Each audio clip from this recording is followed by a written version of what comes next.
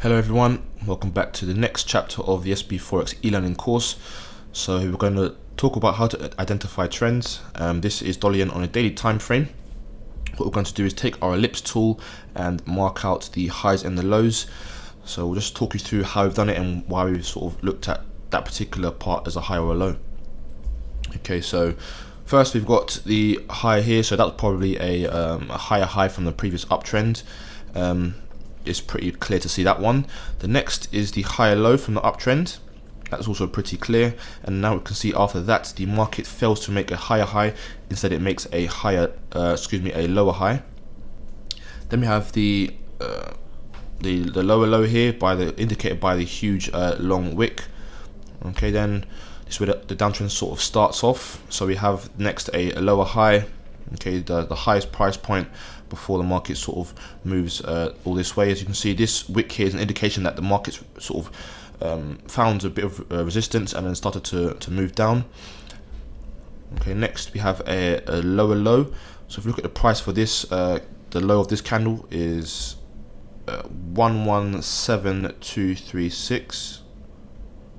That's good, sorry, so that's 115973, sorry.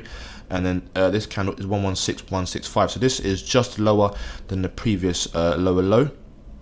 Okay, also indicated by a nice long wick before a nice move up. Then we have a few wicks in here before a sharp move down. So that's one of the key indications. You get a nice few wicks before a sharp move. Okay, so as you see here, nice sharp move to the downside, breaking the previous lower low to make a new lower low just here. And the reason why we didn't put this as a lower low in here was because this is consolidation. We didn't get a pullback of such. It was just more of it found a bit of support, it consolidated, it sort of ranged around that area, and then it broke lower to form the new lower low. Okay, then we have the next lower high. Okay, so once again, look at the sharp move, and then before the sharp move was obviously where the high is. After that, we then move to the new lower low. Okay, once again, you see a nice wick in and around that area. Following that, once again, you see another sharp move here. Obviously, before the sharp move, in between this low and this low here, has to be the high somewhere in around here, and that is the highest price. And we have the new low, so once again, a nice long wick to indicate where that low was. And then finally, we have another lower high, a nice wick in here again. So when you're looking for these, look for sharp movements, and sort of before sharp movements you find there's a lot of maybe some wicks, or if not, just look for price where it's the highest or the lowest. So for a high, look for the highest price before it marks up to move down. Okay, in this case, look for the price, the lowest price before market starts to move up.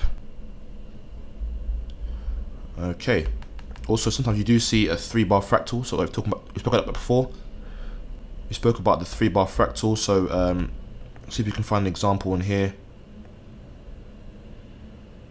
Okay, so if we show you this,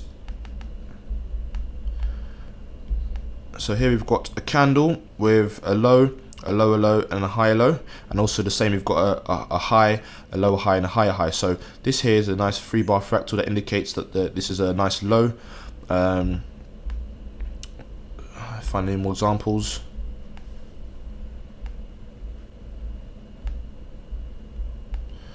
That's the only one we can find. So we'll look for these sort of 3 key things. So look for fractals, look for long wicks, and if you can't, just look for sharp moves, and then obviously before the sharp move will be a high or a low.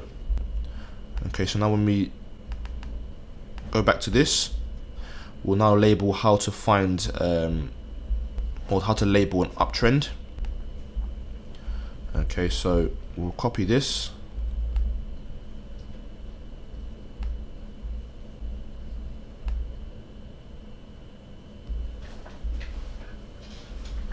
Okay, so as you can see, price makes a new makes a low, but this is a high low in first. So then we have a lower high. So in this point, the market's still in a downtrend. Then we have another higher low. Following that, we then have a higher high. So this is where the start of the uptrend is.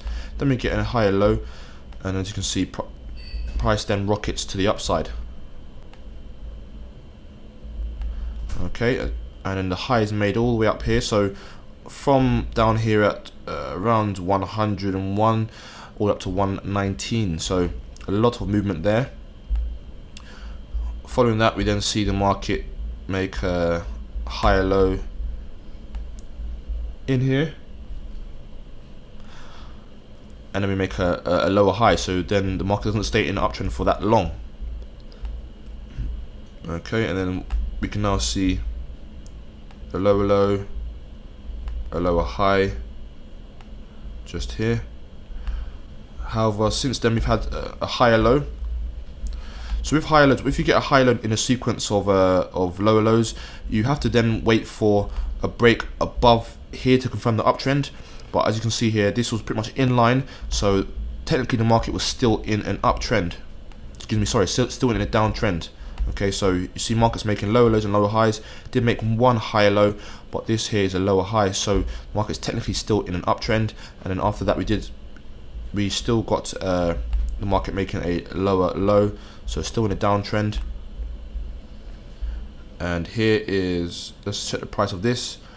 The high is 114.736. The high here is 114.30. So this high has been broken. However, this low is still showing that the market is still heading to the downside. So we're showing some sort of consolidation here. However, if we want to look at it from a more long-term perspective, the market is still in a downtrend. So that's how to mark out the higher highs and the higher lows. So that's how you can find it on your chart to know if the market's in any trend, if it's a downtrend, uptrend, or a sideways trend.